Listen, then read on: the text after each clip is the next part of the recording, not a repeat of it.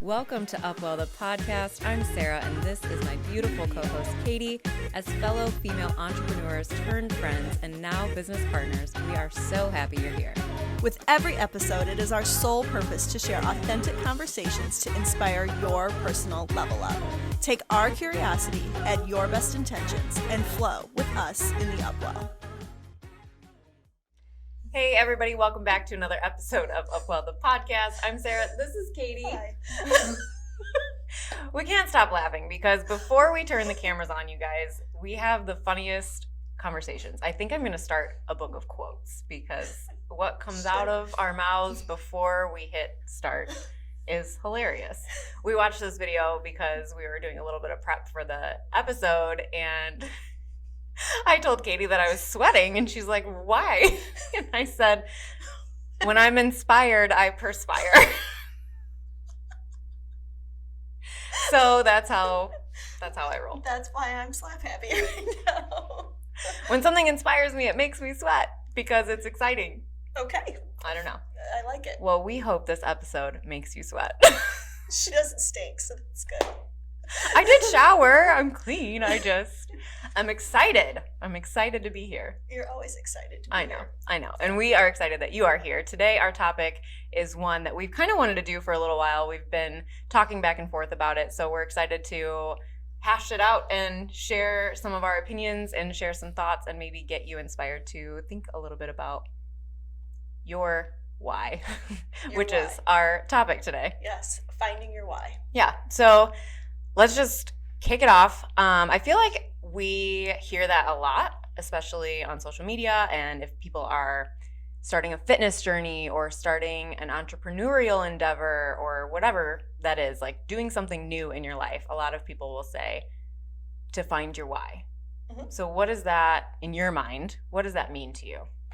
Finding your why, finding the purpose behind what it is that you are doing, finding something that you wholeheartedly believe in and pursuing it authentically and with the purest of intentions to getting your mission or your statement or your goal or whatever it is out there. Yeah, and I use the fitness and health industry just because that's what I know the most, but I say it with my clients all the time. You have to determine your most important why. And it's not, to me, it's different than a goal. It's different than a result. It's why do you want to do these repeated actions for the outcome that you desire. So I think finding a why is more of an emotion than a thing, than an end result. My biggest why, I think, would be the creation of this podcast. Yeah. Is a big why for me. It was I have this belief in feeling like I can better the world with the knowledge that I have, and creating a platform and creating a way to get this noggin of knowledge out to the world on a bigger scale than what I was doing was ultimately, the why. Because I believe that helping people find themselves and live their best lives is kind of my purpose in life. Yeah, definitely. Like why, you just said, why is an emotion or a belief.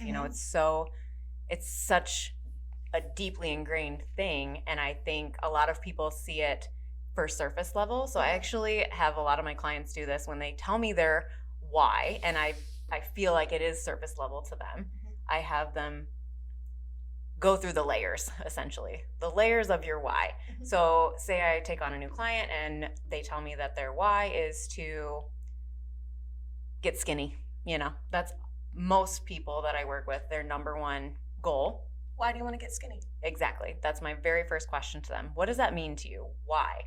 Then they'll say, well, I want to look good in a swimsuit.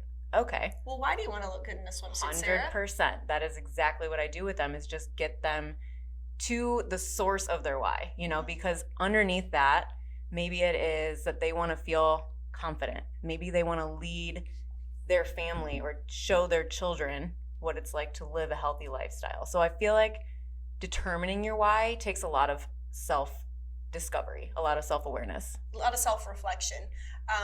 When I was working as a personal trainer, I found that it took usually five whys. Yeah. That was how I was actually trained up where I was working at the time, was 5 whys to get to the core of the root of it. And a lot of it actually stemmed down to, I don't want to be unhealthy, like a parent, like a friend, like a family member. Again, talking specifically within the fitness world at the time when I was a personal trainer. But that's usually what it boiled down to, was they saw something early on in life, and now where they're at in their life, they don't want what it was that they saw at one point in time. Yeah, and like you said, we both kind of said, but a why being an emotion or a belief, I also think that most people's why is tied to someone else, is tied to their family, is tied to society, is tied to improving the people around them. I feel like most of the time we start out doing something and think our why is solely for something that we desire or an end result that we're looking for. But so often, once you dig through, like you said, once you uncover the bottom layer of your why, you really start to see that it's bigger than just yourself.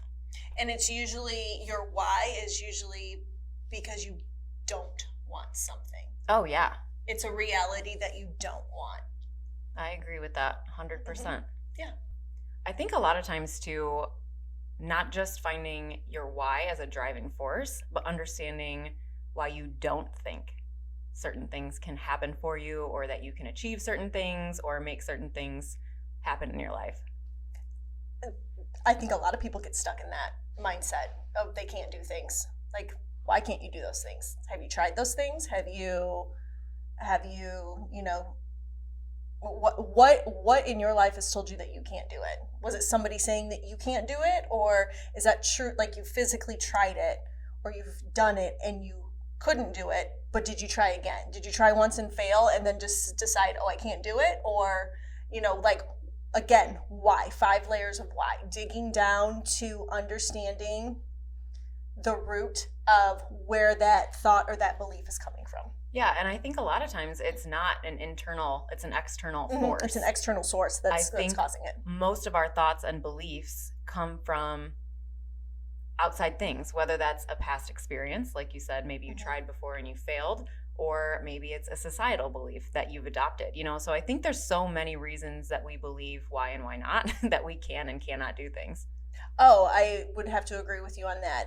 And I think, like you said, I think a lot of it is societal, especially now in the technological age where we are so connected and we're constantly seeing glimpses into other people's lives, and you see them do something and you, in a sense, and I'm guilty of it too, you immediately think, well, I can't do that. Again, I'll resort back to this podcast. I saw, how many podcasts are there out there? How many are out there? And I always thought to myself, I can't do a podcast. I can't do a podcast. Well, why can't I do a podcast? Well, actually, yes, you can. Yeah. And here we are. Yeah. And I think not only just uncovering all those things that you maybe, like a limiting belief that you hang on to, or that you've developed in your own mind that probably isn't true in the first place, is developing a strong why in yourself, why you're doing something, why you're setting out on this mission, why you want to change your life or improve the world. You really have to get firm in those beliefs, because once you have those and you can hang on to them, that's what replaces the limiting beliefs of the why not, I think a big why for me is I experienced a lot of situations in my life where I was told I couldn't do something. You can't do something. You're a girl. You're too little. You're this. You're too young. A lot of them stemmed down to, though, you are a female. You cannot do this. And now, if you say those words to me, fucking watch me.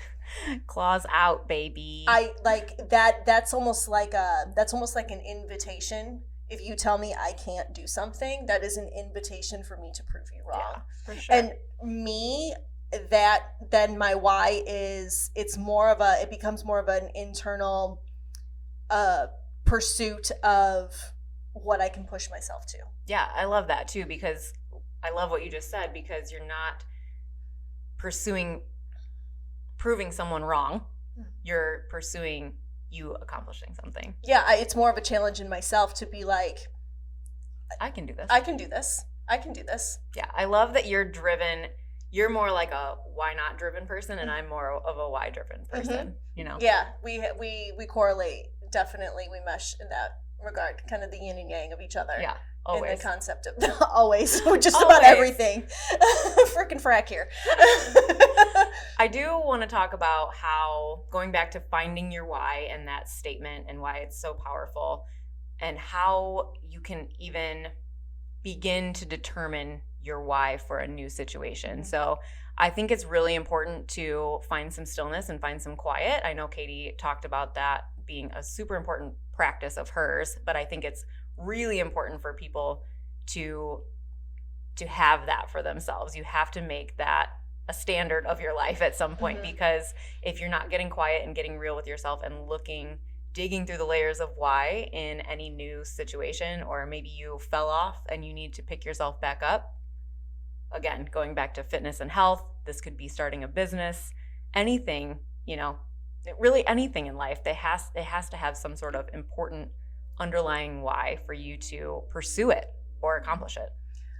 I agree with that you need to have the stillness to think.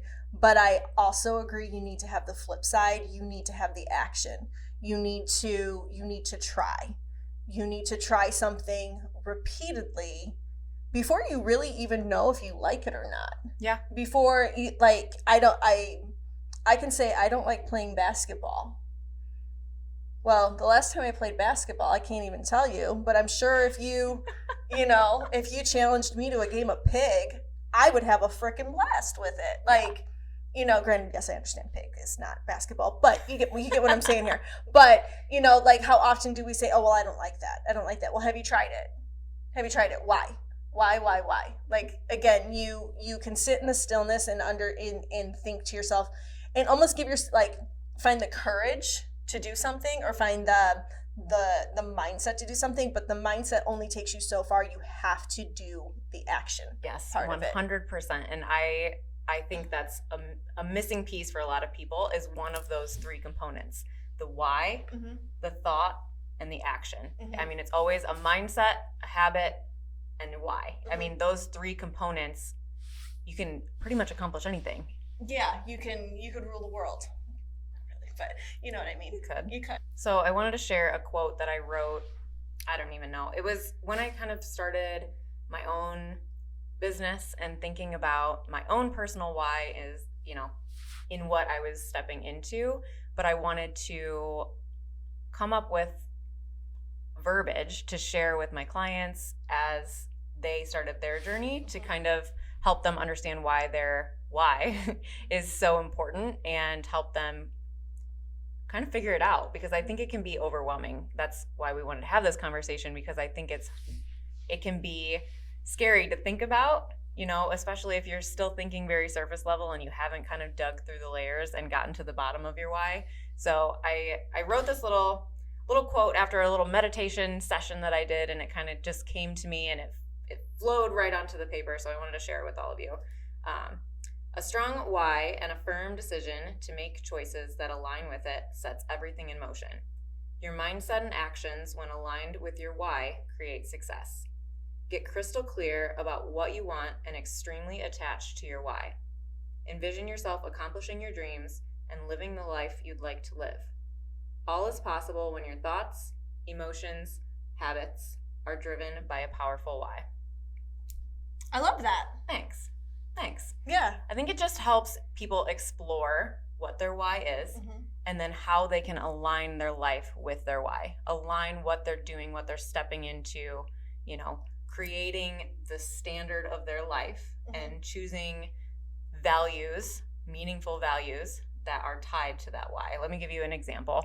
Again, health and fitness. Sorry, it's the easiest one to talk about. But if your why underneath being thinner ends up boiling down to you want to feel your best for as long as possible so that you can see your grandkids grow old, something like that. Your choices and your thoughts and your actions have to fall in alignment. Those have to be your new values. Those are your standards of life. So, for instance, you aren't going to be eating fast food every day. You know, your new value is to shop the produce section. That is a standard for you now. And so once you can align your why and create those values and standards in your life through all of those actions and thoughts repeated, that's how you make that forward progress. That's how you build momentum, and you're always moving in the right direction because your why is so strong. I think a powerful thing to do with keeping your why in your line of vision is having it written out somewhere where you can see it daily, as well as speaking it daily. 100%. Like verbalize, even if you're standing looking at yourself in the mirror, verbalizing it and saying it to yourself 5, 6, 7 times to really truly believe it, you know, because we can get swayed. We can get swayed where we are hardcore, we have a belief, and I'm guilty of this too.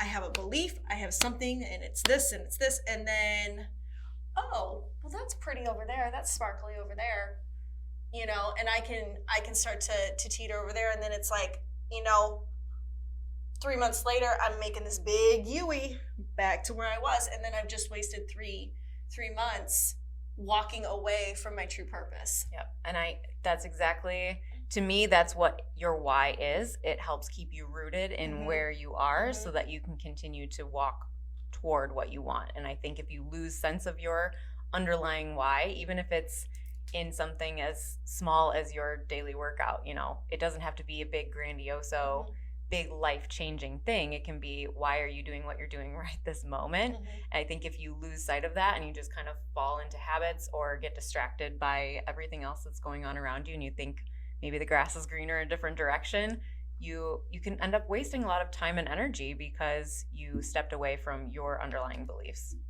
Yeah, because there's so much around us to distract us, that is trying to pull us in so many different ways, that staying true to your why means letting go of, in a sense, what you want right now for ultimately pursuing what you want, like big picture wise. Because you might have to say no to a bunch of different little things here in the present moment in order to get to that bigger thing, that really big thing that lights up your soul. I agree.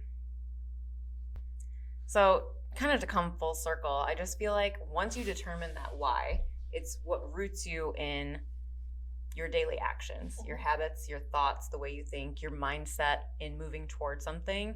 So you have to have those roots deeply planted, I think, to stay strong in whatever endeavor that looks like. And when you find yourself deeply rooted into something, you'll also find your people with it as well. You might feel like you're standing on an island all alone with a belief of what you want out of life. But I think in time, you'll find your people, and like who believe what you believe. Yeah. I truly believe what you believe, and you'll cultivate your inner circle. Episode 6. Yeah, go back and watch that one. But yeah, and I have actually, I'm a testament to that, because I do feel like when I made a lot of my bigger life changes, when I chose a very strong why for a lot of the things that I do day in and day out, the way I think, you know, I attracted people that felt the same way. So there's something really powerful about that. Yeah, and I think that's also a helpful factor in keeping you rooted in your why. And you might find people that have been in your life for a very long time. This is some hard truths here, but those people may no longer serve a purpose in your life anymore. Deep rooted friendships, or, you know, just whatever it may be, to where they might be holding you back from your true why. Just something to think about. Yeah, and going back to your actions and your thoughts, it's the same thing when you're talking about actual physical people or physical situations, or, you know, whether that's a job, you know, an employer, all sorts of things. Like, once you get really crystal clear on your why and you start to align every action you make in your life with that why, because it's so meaningful to you and it's your core belief, big changes in your life will start to happen. 100%. So many things will shift, and not in a bad way. They can be scary and different and feel uncomfortable. Uncomfortable, definitely challenging. But there's, what's that stupid quote? No challenge, no change. But it's true, and life is going to challenge you, especially when you have such a strong core why at the bottom, at the foundation, but that's what creates your sturdiness in it all. So I think in closing, I want to challenge all of you to really think about your why. And that can be on a big scale, and think about your why in life, like what is your purpose in life? If that feels kind of too big, I know that is kind of a big question to ask yourself, and it's a little profound at moments. So if you need to scale it back, start small. Start with your health, start with your profession, start with your family, whatever area you want to start in. I think all of those have a deep rooted why. So obviously we talked about the 5 layers of why, but the best way to get to the bottom of your why and get really crystal clear on it is to find a little bit of stillness, find some quiet, find some solitude, start with the base, or start with the surface level why. Something will come to you right away when you start thinking about why you want to do something, or why you want to accomplish something, or why you want to go from point A, change, go from where you are now to B, go to this next place anywhere in your life. You have to get crystal clear on that why. So if you can sit down and kind of figure out the surface level, and then just dig a little deeper, like Katie said, the 5 layers of why. Each one, ask yourself why again, and you'll get to the bottom. Yeah, you'll get to the middle of the onion. Yeah.